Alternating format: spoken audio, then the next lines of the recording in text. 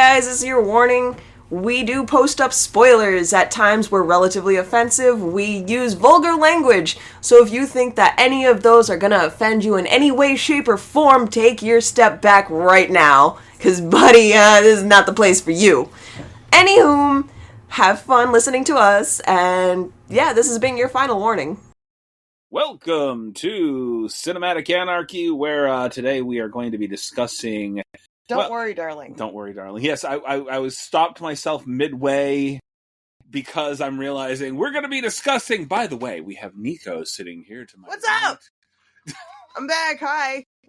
How's it going? So, I am completely and utterly forgetful. I have this oversized fucking jacket, but... Well, that's because I forgot to remind you that we're doing video before I dragged you over here. I do apologize about all the noise going on outside. I am sitting right next to the dragway, and we don't have soundproofing here. I apologize for that all the time. But, C'est la vie. There's only so much you can do. It's the winter. People like to have loud cars now, and that's just the thing. We are going to be talking about Don't Worry, Darling, starring Florence Pugh, Harry Styles, Chris Pine... Nick Kroll, Olivia Wilde. Kroll. Yeah, that one threw me. How the fuck does Nick Kroll get Olivia Wilde? Well, we figured that out later on. Kidnapping. We figured that out later on. But it's kidnapping. But I think she knew the entire time. Not kidnapping her. No, she was down the entire time. She was down with the entire time. I feel like there's a few women that were there on purpose. Chris Pine's wife, I feel like she was there on purpose. She knew. But she got tired of him fucking up everything. I say a lot. I've got to actually get out of that habit. She knew the whole time. Oh yeah, she definitely. She was definitely part of it. A part of everything.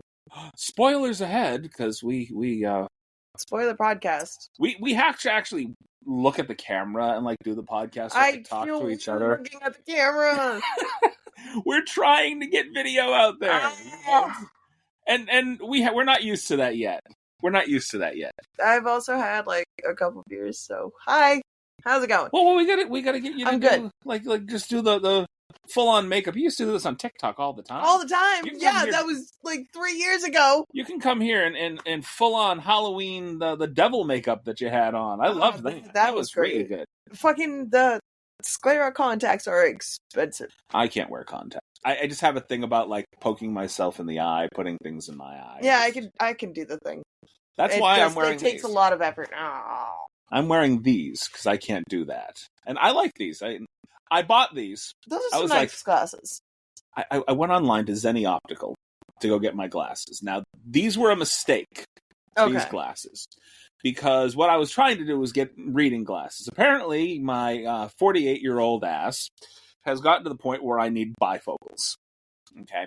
But instead, I decided to buy them separately. Okay. Ha ha ha ha. I saw the laugh. So, Focals. Yes. Well, how old is your brother? My mother. Your mother? Oh, no. She's 60. She's 65. Okay. You made me feel that much older. Thank you. I am fucking grandpa over here. I'm not fucking grandpa, but I'm old. Oh my God, Christopher. So I went and ordered these glasses thinking that I was ordering my reading glasses because that's what I asked them to send me. Please send me a copy of my prescription. I need to get new reading glasses. They didn't explain to me what I needed to do was I needed to move over the two parts that say plus 150 on this side and put them into the area where there was the adjustment. They didn't tell me that whole thing. Okay. And so I didn't move that over. So what they sent me was they sent me the glasses that I need for driving. And basically my everyday stuff. So I need to wear these every day. But then the reading glasses, I got to take these off, put on the reading glasses when I need to read shit. That's so tedious. Oh, man. Oh, it is tedious. That's why I should have bifocals. That was a little sarcastic, but I don't understand the feeling because I don't wear glasses, but I get it. Funny enough, I guess. The bifocals cost more than buying the two pairs of glasses separately. It's because of the lens. Yeah. So I was just I'll just buy them each specifically. Why would I do that? That was a whole long explanation to say I bought these glasses. They're nice glasses. And then my son walked up to me and put on his glasses, and I'm looking at him wearing the glasses that are on my face, basically. So I bought the exact same frames that he bought. And he's like, oh, now we're accidental twins. And I'm like, I would hope that doesn't embarrass the hell out of you. He's 20 years old. I shouldn't be buying things to match. You guys got the same style. It's all gravy, baby. I liked them. I saw them. Glasses. They give you a thing where you can kind of try them on. And yeah. This is not a commercial for Zenny Optical. I apologize. We are supposed to be talking about Don't Worry, Darling. Always get off topic. I was told by my son that I had watched this in the past with him, and I did not remember having watched this. It's a good movie. At all. I think I remember bits Black and pieces. Mirror. Black Mirror, yeah. That's another show I need to watch. I haven't watched Black Mirror. Are you... I'm not Chris, kidding you. Come on! You could almost, from what I understand, you could almost do individual podcast episodes on episodes of Black Mirror, because some of them played like movies. Like full-on movies. I really need an anthology series of the fucking whiteboard from Cabin in the Woods. Right? And that... I feel like they could have made an entire series about that show. I really do. Oh, absolutely. Oh, not that show, that movie. Yeah. I say show. Because, I mean, it basically, the whole idea is, it's almost, I'm trying to think of the word for it. It's almost like Hunger Games as a horror movie. That wasn't what I was thinking about. Hunger Games is a horror movie. Hunger Games is technically not really, but movie. Technically. Oh, well, the whole point for is for there to be like one person. You're supposed to kill everybody. Anywho. And be the last person alive. We're not talking about that. Or the other. We're not talking about Cabin in the Woods either. We're not talking about Don't Worry, Darling either. Okay, you've had a drink or two, and I have ADHD, and this is not helpful. Yep. So, all right. So what's up? I watched this film, and you say, what would you say it felt like? It felt like Black Mirror. It's very Black Mirror. I felt like this was like a high-tech Stepford Wives kind of thing, where the guys were trying to turn women into the perfect versions of what they wanted from them. That is also valid. Because it seems like maybe a good 90% of the women here were not brought here willingly. Yeah. No. None of the other wives except for Olivia Wilde and Florence Pugh, no. Right. And Olivia Wilde she subjected herself to this because her children were dead. Yeah. And so she wanted a world where her children were still alive and she could still be a mom. Which makes me wonder what was Nick Kroll doing this for her to keep her stable or make her feel better? Or did she entrap him the way that all the wives are trapped? Right. Well, that's the thing. I don't think she entrapped him. Because the idea is that the reason during the day here, right, it is essentially... He used to work with everyone else. During the day, it's essentially nighttime for them. Yeah, so Nick Kroll leaves with all the other husbands, and goes to headquarters and leaves the simulation with all the other husbands.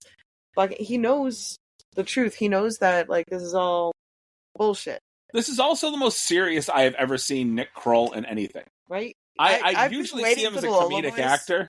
I've been waiting for oh my god, Andrew! Right? I don't know, maybe, is it, what TV show? Big Mouth. Big Mouth, right. There you go. My brain is just, woo! It was a long day at work. I tried to rewatch this a little bit, but I can place him in, like, so many different things. He is, like, Lola next level. Fuglio something. Was he one of the sex monsters? He's most of the characters in that show. Well, that's a funny show. And I know he's good friends with, like, John Mulaney, because they do a thing together as well. I fucking love John Mulaney. They're both in Big Mouth together. I know. I've seen it, and it feels weird watching it, because it's just a bunch of kids masturbating, and... It is like, what would happen if Dr. Spock, the guy that used to write the sex ed books for kids back in the 70s and 80s, right? Leonard Nimoy wrote sex ed books? No, Dr. Spock. Different Spock altogether, not Leonard Nimoy. Very different Spock. You can see the confusion, though, yes. Right? Like, well, he basically wrote books about puberty for kids, so they could understand, like, things that they were going to be going through, and they had little sex ed things. Sounds terrible. It's horrible, but It is like, what would happen if Dr. Spock had decided, you know what? I'm going to make a vulgar comedic television show, and that's how we get Big Mouth. So I mean, you just give Nick Kroll control over everything, and that's what you get with Big Mouth. Just, yeah, when you get a chance at some point, just Google Dr. Spock sex ed books, you'll understand. I feel like I'm going to get put on a list if I Google that. I don't think... He's like... I don't think he was ever put on the list. I just think that it was just one of those things. Like, parents didn't know how to talk to their kids about certain things, so they're like, here you go, have a book, leave me the fuck alone. I'm not having the birds and bees conversation with you. Dr. Spock will teach you. And I think I had that thing too. Like, Dr. Spock, isn't that the guy on Star Trek? Why is Spock going to teach me about sex ed? Okay, you can... how the fuck am I supposed to know who the fuck Dr. Spock is? Live long and tug gently. Oh my god. So, moving on. Back to the movie. Please, take me back to the movie so I stop talking about these things. Oh my god. I watched the film. This is a really good film. I'd probably good. I rated it a 5 on not IMDb. It's very incel, not very demure. It's a one of those good for her films. It is. It's a female empowerment film, but it's like a female empowerment film. It felt like it came from the 60s or 70s, just the same sensibilities as like a Stepford Wives kind of film. Except for they let her escape. The Illusion I don't think is the based Stepford in the Wives 50s. Right. I think that's the whole idea around Stepford Wives too, because I think, like, if I'm not mistaken, there was something about a guy that worked for Disney, like doing the animatronics or whatever, that kind of got the whole thing together, basically made robot wives. Like, you could replace your wife. Have you ever watched the Stepford Wives? I think the original was like you could replace your wife. Basically, they would go through this whole thing where the wife would do dictation, and basically she would talk to these guys. They would figure out her speech patterns, and then they would replace her. Like, at some point, they would replace her with a completely subservient robot version of her. So these wives were basically animatronics, like robots, cybernetic. They make movies about that now. That new Megan Fox movie. They have another one coming out. I watched Subservient. Is that the movie? Yes, I believe so. The one with Megan Fox? Yeah, it was terrible. It was disturbing. But I think Megan Fox has found her calling. It's a movie about her being a fairly emotionless robot. Fucking her way to the top. Let's go. Besides that part, I'm trying to stick with the whole female empowerment thing, you know? Yeah. I think they have another movie coming out called The Companion, if I'm not mistaken, like this month, next month. I feel like I've seen commercials for that, but I don't know. And we're also not talking about the movie. We're not talking about the movie. Well, we're talking about how this is similar to those kinds of ideas, basically making subservient versions of women for men who basically couldn't control them in real life. Are all the men in red that keep like dragging people away just programs? Or are they real people too? I imagine they are workers. Like, I think Chris Pine created this place. Fucking when she's being chased by the two guys on the side in the red. Yes. Trying to get back to headquarters at the very end when she's trying to get out. Fucking, she slams on her brakes, and these two cars with 4 men in red slam into the guy that's screaming, "Fucking stop her!" Right. And it flashes over to Chris Pine, where he gets notified that only the guy that's been playing the doctor is dead. Well, they don't care about the men in red, so they're just programs, right? I don't think they ever really verify that. I think... That's my theory, and we're nobody 50-50. can tell me otherwise. I feel like I'm 50-50 here. These could be people that work for Chris Pine to try to maintain this. I feel like this is an experiment that Chris Pine has dragged several couples into, him thinking this is a utopia. This is one of those, for lack of a better word, misogynistic men who think that he had... All those soldiers in red, they don't care about getting hurt. They don't fucking do anything. They don't say anything. They never have any... There's no dialogue lines from them. I mean, but if you don't have any dialogue from them, they don't have to pay you quite as much. It's just you And it's, like, towards the end, we realize that it's been established. It's a fucking simulation. Right. And this hub is where, or Victory headquarters is basically where they go back to reality. By touching this little hub. The men in red are just programs fucking cleanup crew. Right. This part, okay, we're still kind of watching the movie over here. So you've seen us. Now that we have video, and you're not going to hear or see this with, obviously Spotify or Good Pods, wherever you might be listening to this, but we're over here looking to our right the entire time instead of paying attention watching here. The movie, yeah, right. Hi. I'm still only 90% used to video. I'm not. I haven't been on video in a very long time. Well, I will tell you that it is a lot more difficult for me personally to do this just with you here. And I only say that because, like, when I have the people from the Strange and Beautiful Book Club podcast, more people. There's somebody right here on the screen that I have to pay attention to. Yeah, and it helps you stay focused. But yeah, I don't focus well to begin with because my ADHD ass is just like, oh, shiny thing over here, and I'm off looking over this way. And now I'm trying to watch an entire movie while I'm doing a podcast, which makes absolutely no fucking sense. Okay, so who's your favorite character? My favorite character in the entire thing, obviously Florence Pugh's character is the best. If you can't pick her, though, because she's the focus of the entire thing, I would say Olivia Wilde. Bunny is fucking fantastic.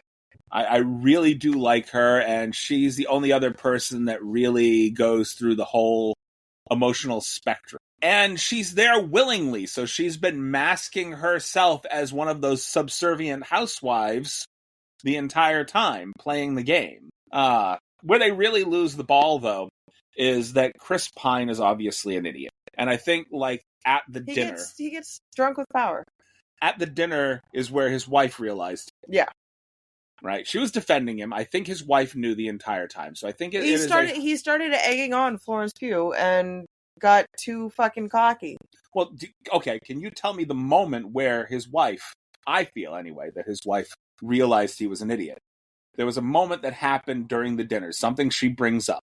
Again, those spoilers, because we say spoilers at the beginning anyway. Oh, son of a bitch. Okay, I'll tell you what it is. The food? Nope, not the food. It was part of the questions she was asking. So she started asking everybody questions. All the wives have the same fucking backstory. Yeah, almost all of them. Almost all of them. It's always specific between 3 fucking regions. So essentially what was happening was the story where she met her husband, because he has to program them to remember specific things, right? We don't want you to remember your most past. Of the wives, a third of the wives, I can't say, I can do words. A third of the wives, their fucking meeting their husband's story was they dropped their ticket at the train station. He picked it up. It was all romantic, and they were going to Boston or Chicago. I believe people were going to Boston. Yeah. It was the same story, though. It was the train ticket story each and every time. And his wife... they all honeymooned on the same 3 beaches. So that's the thing, is that he was not smart enough to provide everybody with individual backstories.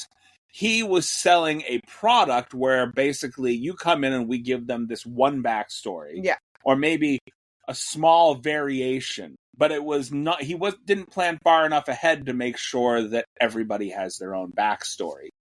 And that's where it really started to blow up, and why it was... And there's over 60 families there now? 70. 70 families? Yeah, I believe they said 70. So there were 70 families between like 3 separate cities. They're getting a lot of fucking money for these fake fucking for this fake universe. And they can't pay people to come up with different backstories? They can't pay fucking creative writers? This is why I think it was a husband and wife team. I think you probably are right that... They have the money for it, clearly. Right, that this was a thing where... Have people write the story and then program it, and then boom, you're... It was a husband and wife team that had an ideal of how... this is like the... I don't want to say Christian, but it is almost the Christian... deep South Christian version of what men and women or they think what men and women should be doing. Basically, the man goes to work, the woman stays home and cooks and cleans and provides. And meets him at the door with a smile and a fucking glass of whiskey. And basically sex whenever he wants. Yeah. I want a baby. This is a woman that can never tell you no. Fuck off. She's not allowed to tell you no. That's what this is. And I think this was a husband and wife team, and they had created this virtual reality program that allowed this to happen. Yeah. And so you're selling this to desperate people. I'm curious as to how these other folks looked outside of this program, because Harry Styles, his character, looked horrible. Like, he looked like Nick Kroll looks like Lola from Big Mouth. Oh my God, Andrew! That would be. Why won't you pants me? That would be very funny. I doubt it, just based off of how Bunny is. I don't think she would want to do that. Is there a QR code just flashing in the background over there? Yeah. Yeah. There is. Okay, I gotta stop looking at the TV over here. We kind of play the movie in the background sometimes, so we have points. Sometimes, of every time. Every single time. So now I got this QR code flashing over here, because it makes me feel like later I'm gonna just pause the movie and figure out what the QR code is. The robots are getting in our brains. I mean, well, it's entirely possible the QR code will bring you to where you can really do this with your family. Oh my God. There you go. Oh my God. Oh no! It's kind of weird though, because it's this whole thing. I keep thinking that Dylan's gonna walk in. Dylan, oh yeah, he does that all the time. He'll come in and he's a very angry puppy. There was an entire episode that got ruined. He's not a puppy. I called him a puppy yesterday. You're a good little puppy, except you're a cat. He's a fucking cat. He actually ruined an entire episode once. He walked in here and I didn't notice that he had accidentally disconnected the power wire to my computer. So midway through the episode, I think it was maybe the second episode we did with the Strange and Beautiful Book Club podcast, midway through the episode, it just completely cut out. And I had to get on my phone and bring them back up and say, give me a minute, I have to plug everything in. My cat literally just walked and everything. My God, just hates me. Fuck. So he's good at that. He's good at just laying waste to things as he walks by. I was thinking to myself, though, okay, so the whole premise here is that this is a virtual reality thing where it's a headset, or it goes over the eyes, and basically it's almost like goggles, but they're basically scanning your iris and putting something directly into your vision. No, it's not even like goggles, okay? It's like those fucking metal things that are they obstetricians? Yeah. I was thinking of that thing that they use for laser eye surgery to keep your eyes open. Have you seen Clockwork Orange? Yeah. When they use those things to keep his eyes open so they can constantly feed him images directly to his eyes. Exactly. Oh my God. That was fun. You shouldn't have done that. Why are you just... I'm getting dirt in my eye now. God damn it. Right? It's too dry for you to open your eyes like that. Your eyes are just gonna be bothered the entire... Watch, I pop a fucking blood vessel. Well, now you're rubbing your eyes. They're gonna be bright red while we're recording. Great. Oh God, I promise I don't have conjunctivitis. Don't touch me. Oh, it's just... that was a joke. Anyway. But so the idea is that they basically put these things over her eyes. Yeah. And they're feeding her images, basically creating this virtual reality world that he has to leave every morning. So their night is morning within the simulation, and then he leaves every morning to go work for these people to pay off. Yeah. So they're basically getting free labor from these guys. Also, I'm wondering... And these women are in bed 24/7. Fucking, who is actually taking care of their bodies? Because the bed sores. So the idea is that he's supposed to maintain the body of the person that is within this program. How is he going to be able to do that? He was using a dish rag, squeezing water into her mouth. I did not see him bathing her. No, I didn't see that at all. That's why I'm saying this idea is not sustainable unless both parties know that they're within the program. There needs to be a whole facility with. They both need to be able to leave. Workers. Exactly. It can't just be him. She needs to be able to take care of herself at some point unless she's hooked up to an IV of food. And the last scene where she's dancing after she gets out, like, that would not be possible with how long you've been in there. Right, muscles definitely would have atrophied. Muscular dystrophy is a real fucking thing. Because I think they said, like, day 280 something. Yeah. She'd been in there for almost a year laying in bed. So that's assuming that they all started together. This would be fucking numb. That's assuming that they all started together and didn't just come in one by one. It seemed like at that point they were still adding new... Was it Willow? Is that what her name is? The newest person that had just come in. I wanted to say Willow, but maybe that's not Willow. Right, well, this is why I was initially going to bring up all this information on my phone, because I don't write fucking shit down. I don't take notes. And neither do I. We're bad at this. Go to the Google. Go to the Google and do the things. And this Don't worry, is also darling. why I should be wearing glasses. And it's not even telling me the name of the character. Violet. Violet, okay. Not Willow, Violet. It gives me a handful of characters and then cuts me off before Violet's even met. So that's Violet and Jack. I haven't updated my IMDb, so I don't have that yet. No. I was just going, something happened with Safari and it updated, and now whatever it's bringing me to, it's bringing me to like a stunted version of what I used to use I as have a couple of friends that have been saying the same thing about like the IMDb app. Right. Like this And, privacy warning comes up every single time that I try to go into another thing. Yeah. It's really weird. So fucking trying to Google anything, I get like, I'm not a robot. yeah, I am a robot. Or yeah, are you a robot? No, I'm not a robot. Prove it. I mean, you think AI would be able to fool them by now, right? You know, but so my whole thing is, I don't think anything that happened within this is sustainable. No, if not both at all. parties don't know that, because you'd have to. The part of the package would have to be. Not her laying in his bed in his apartment while he takes care of her. Part of the package would have to be her being in another place. Like nurses would have to take care of her in a facility. Yes. That's why I don't think any of this is sustainable. It's not at all. Weird. They're missing some parts here. I like the movie for what it is. It's a good idea, and you definitely have a sequel on your hands here. I feel like there is a direct sequel that is them flipping the script on guys. I was more so thinking that like it would be an action of Florence Pugh taking down the whole entirety of fucking Victory. Victory. Well, I think that's mostly what they were trying to lean towards at the end, but they cut it off before giving it like... Exactly, that's what the second movie's for. She escaped. My feeling is, okay, the woman... and now she's trying to convince the world that Victory exists, and it's a bunch of incels keeping women fucking trapped in a virtual reality where they have no idea what's going on. And they think it's the 50s. I've already moved into the sequel part of this. I think that like if you put a sequel out there with Christopher Pine having been basically killed by his wife at the end of this, she's like, it's my turn, right?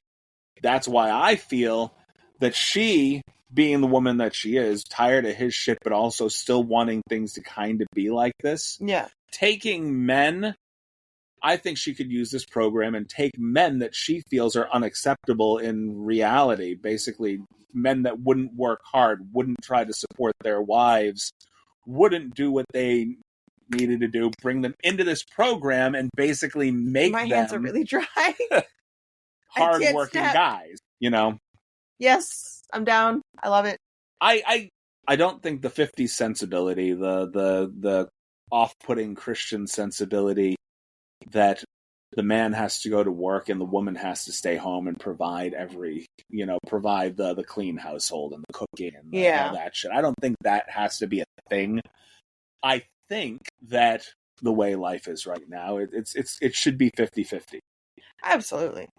You know, and if you're dynamic, if you want to be that person, that's fine. Women shouldn't be forced into that position. But if you want to be the person that says, okay, you know what, I like the fact that my husband goes out, takes care of everything, cleans, and I'll do the cleaning. Open communication is key.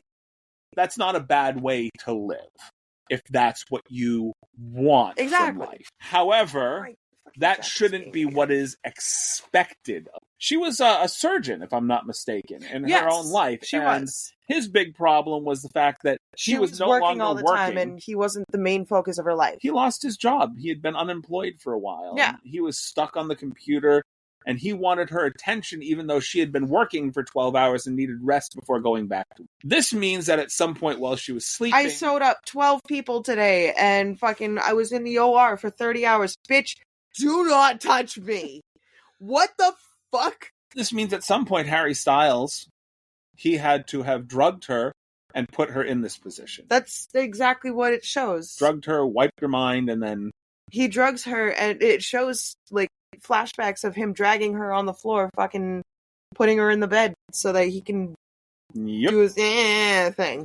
Which means that every woman that was in that position also had to deal with the same thing. Mm-hmm. I feel like you could have... I still want to know, did Olivia Wilde do that to Nick Kroll? Because, why him?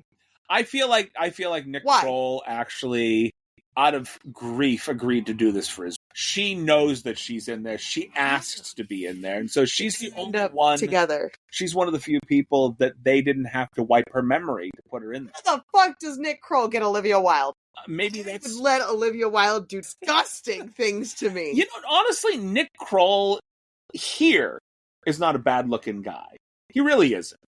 He obviously is the kind of guy like Jim Carrey. I still he's want not that a bad-looking guy, voice. but there's some areas of his life when he was doing In Living Color that he could stretch his face, make himself look really weird.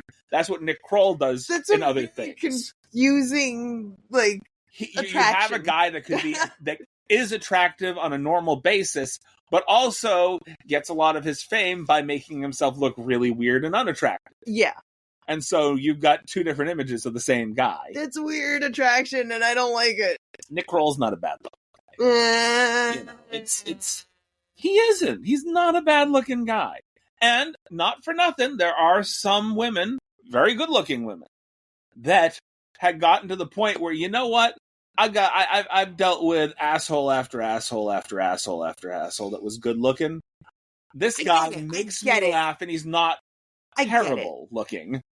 So I think he's the average guy that got the beautiful woman because, you know what? He makes me laugh. I get it. It's just... He's not funny here because he's also a husband that's lost both of his kids somehow. True. So, to compensate, he brought her kids back the only way that he could through this program. My face is so itchy right now.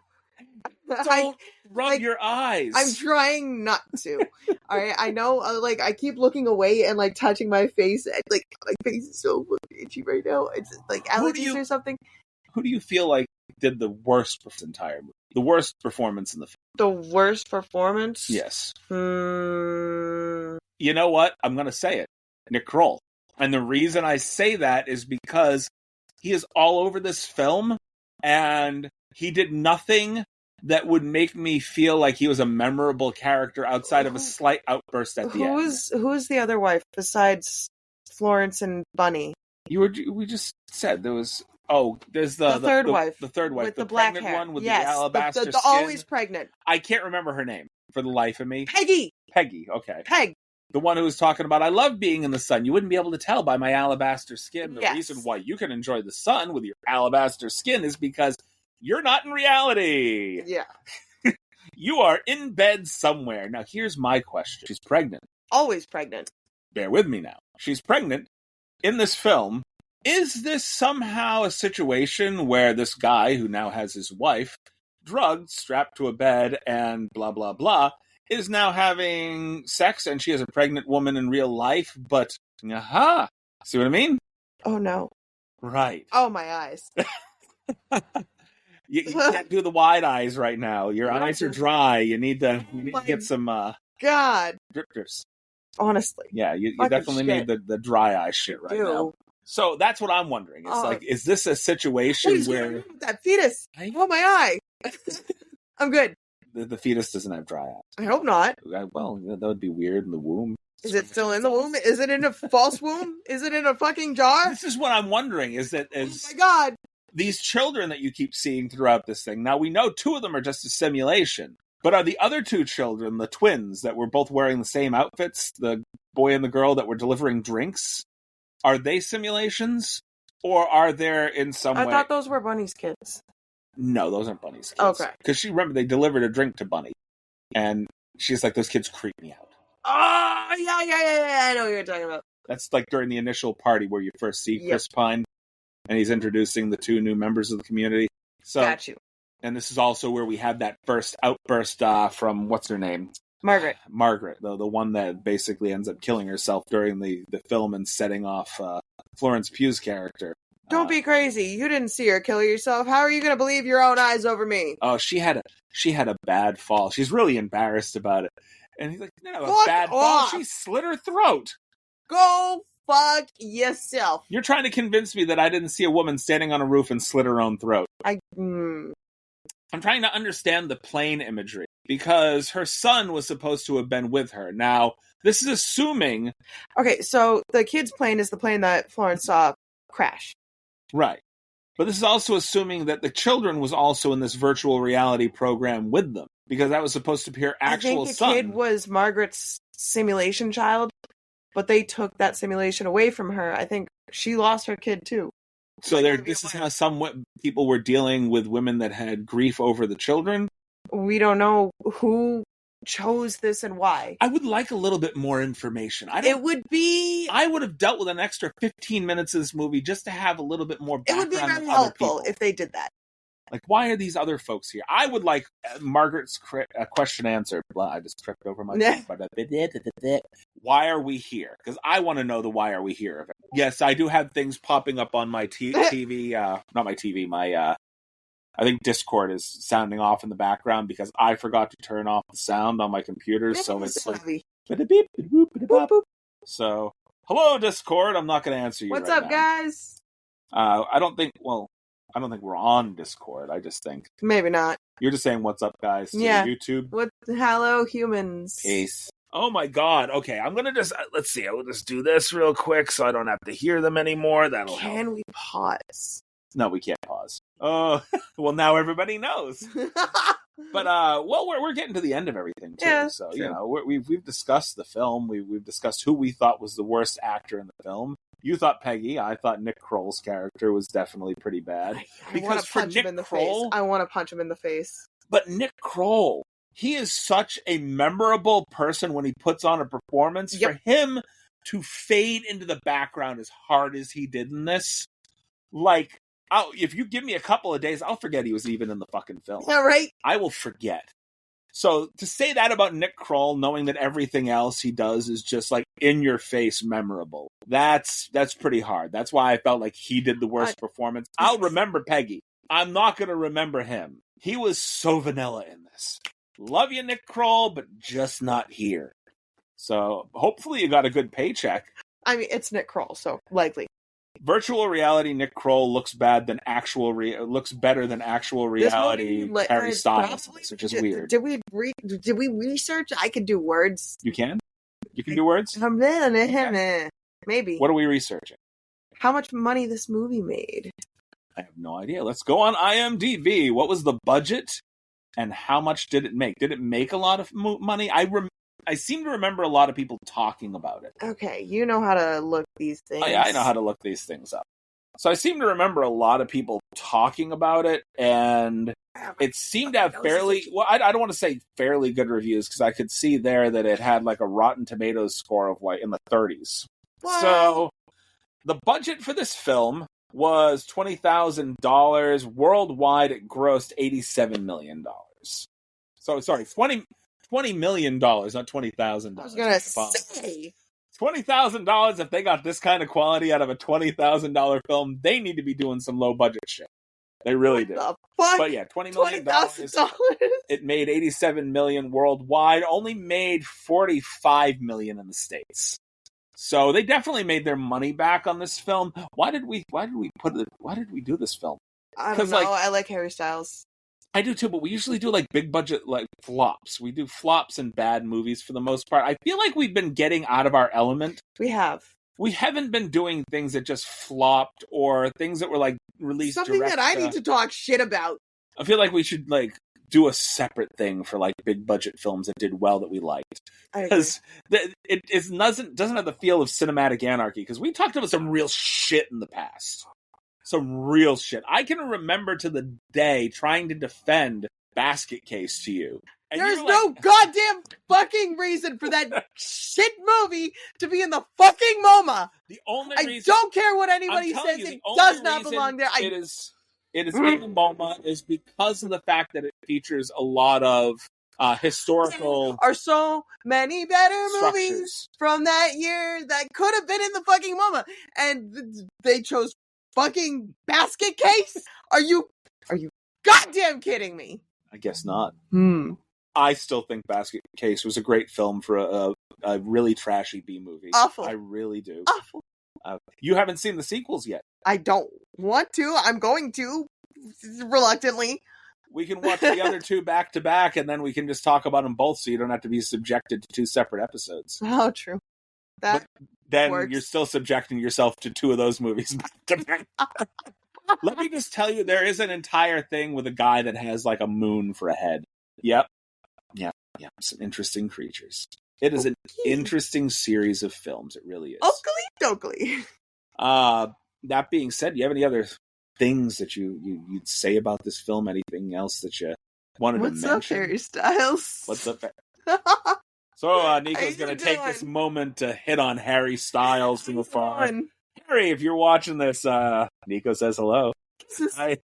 I'm just going to say, somehow they put glasses on you and made you look terrible as the reality of you in this film. Either way. And then the stark contrast, like he was a debonair guy, like within that little 50s world. And then you went back to it and he was like any incel that you would see stuck behind a computer for years. Just craggly face and just deep acne scars. How do you make a guy like Harry Styles look that hard? With great difficulty. They managed it. They really Or a doppelganger. Right? I mean, Florence Pugh still looked like Florence Pugh. She didn't look that much different from her reality, which makes me feel like he thought she was perfect the way she looked. Pokies. He just needed somebody more subservient. So Truth. I've noticed a disturbing pattern of a lot of movies coming out lately about men who definitely want control of women that they have no real control over. And my suggestion to those guys, learn to fucking work with people. Why is it so hard to meet somebody halfway in life for a lot? Because I shouldn't have to. I'm an American. Yeehaw. Woohoo! I work 50-50 with my wife. I couldn't think of another way to try to get through life. I couldn't tell her, like, no, you need to stay home and do nothing. Just clean up after me and make sure I have food on the table when I get home. And, yeah. That's just, yeah. That would not fly. No. Candy will kick your ass. No, I don't think she would kick my ass, but she would definitely change the locks one day while I was at work. Just, oh, really? Yep. And I'd come home and she'd be like, hey, the doors don't open anymore. By the way, just so in case you're wondering, your stuff was out on the sidewalk, but it's trash day too, so they thought it was all. Oh no! Yeah. She would plan it for that, just for trash day. It all went to the sidewalk so that you'd have it out there. But it was also trash day, so the trash people were like, "Okay, let's just toss it in here." And there went all your stuff, clothing and everything. Yep. No questions asked. So yeah. Some guys would think of me as less of a man for that mindset, but I think that, and this is how I feel about a lot of different things. I think that think about how much a house costs to be able to purchase nowadays. You have to have serious borrowing power on top of having a decent amount of change tucked away to be able to compete with some of the people trying to buy homes. Why? And this is just me spitballing. Why aren't more families, friends, working together to make homes for themselves? You think about it. Like, if I were to go purchase a 4-bedroom home right now, I only need 2 bedrooms. It's trash, and everyone's scared, and nobody knows what they're doing anymore. I think people spend so much time behind their computers, behind their video game systems, behind their phone, doom scrolling, focusing so much on themselves that it is difficult for people to figure out how to work with other human beings on an emotional and connective level. And so you're losing a lot of connections because you don't get out there in the world and actually actually deal with people. You know what? People are difficult to deal with. I'm a fucking difficult person to deal with on a daily basis. I really am. But if you take a few minutes to get to know me and sit down, we can have a conversation. You know, I met you through my wife at work like years ago. Yeah, we've been doing this for what, 6 years now? 6 years, right? Yeah, I've known you for what, 10. I can be a bit of a pest too. I really can. Yeah, we've known each other for about 10 years. Yeah, it's been 10 years now. I'm getting old. Hey, you know what? I'm so old. My bones are 95. Like, I'm 48 years old. I just turned 48. I'm about to be 31. You're 30? You're past 30? I'm 30, dude. You were still like 20, like 28, 29. No, I'm 30, dude. Go figure. 94. Go figure. I honestly thought you were younger than that. Sorry. Nope. But thank you. All right. It's that liquid collagen. Thank you for listening to Cinematic Anarchy. Once again, please, if you have a chance, we are on YouTube now. Like, share, subscribe, all that stuff that I hate telling you to do. But you know what? We need it now. The more followers we get on YouTube, the more likely it is that we can keep making lengthier videos. I mean, we don't want to try to cram a 2-hour video. I promise next time I'll look like a person and not like I'm fucking having a stroke. And I promise by next time, I'll figure out how to make slightly better content. So maybe I'll actually have notes the next time so that I can sit here and talk about something a little bit more confidently. Instead of being like, I'm calling everybody by their actors' names. I should be able to call them by the names that they ran by in the actual movie. I'm already like Florence Pugh's character and Harry Styles' character. I should be able to like say, hey, you know, Jack, Diane, Alice. Alice, that was her name. Was that Wonderland? That was definitely not Wonderland. I keep thinking that Dylan's gonna walk in. Right? No. Well, we have like a breeze going on somewhere. I think that my son has the windows open, so the curtains over here keep blowing back every couple minutes. When it blows forward, I see like this hint of white, and I think it's Dylan's face, and I'm just like, Dylan, he's gonna come kick my ass. So before I let everybody go, I've already said we're on Spotify, we're on YouTube, we're on Good Pods. Trying to promote Good Pods a lot because let's do that. But here's what I'm going to say. Still, in the comments below, I want you to come up with a sign off for me because I've been doing your sign off, and honestly, the whole drink your water. Drink some fucking water, you thirsty bitch. That doesn't sound right coming out of my mouth. No, it doesn't. It sounds great coming out of your mouth. It doesn't sound right coming out of my mouth. And I can't go do the, Jim Carrey sign off. That's the way the cookie crumbles. You know? So let's find Chris a sign off. Not just a sign off. You can put words in my mouth. So here's the idea. And if you've actually watched to the end here or you're listening, you're going to trust the public. In the comments below, I don't care if you're watching this on YouTube or listening on Spotify or you're listening on Good Pods. I don't care where you listen. What I want you to do is come up with some funny fucking shit. Tell me what you want me to say to sign off of this podcast. And the funniest one, the one that makes Nico crack up the most, I'll send them to her, is the one that I will start signing off of the podcast with. And we can update this periodically. I'm down. But get me to say some funny shit. Show me what you got. Right. I don't care. I have no humility. I am willing to embarrass myself. I had to pick I'm down. Cake out of my nose for a day and a half because of her. This is how much I'm willing to humiliate myself. Oops. All right. Well, yeah, that was fun. That was fun. All right. I didn't expect you to jam the cake into my face as hard as you did. You rocked my head when you did that. I didn't know the cake was that firm. I thought it might have been a little fluffier, for your own protection. Okay. So here's the problem. It would have been a fluffy cake, except I kept it in the fridge. For your own protection. So this is a cake that I kept in the fridge to keep it fresh. That's when you microwave it for 10 seconds with a little cup of water to moisten it up, and then, it's a little softer. Hindsight is 2020. Oh, yeah. I got a concussion from a cake. He still has frosting in his brain. Right? That's probably why I trip over my tongue as much as I do. Just frosting in the brain. Just constantly. Occasionally it just leaks into the gray matter, I sniff a little too hard and it's just there. It's like a sugar rush. Right? This nose first. Thank you for listening. Drink some water, you thirsty bitches. Nico's got to pee. Water, you Goodbye. thirsty bitches. Bye.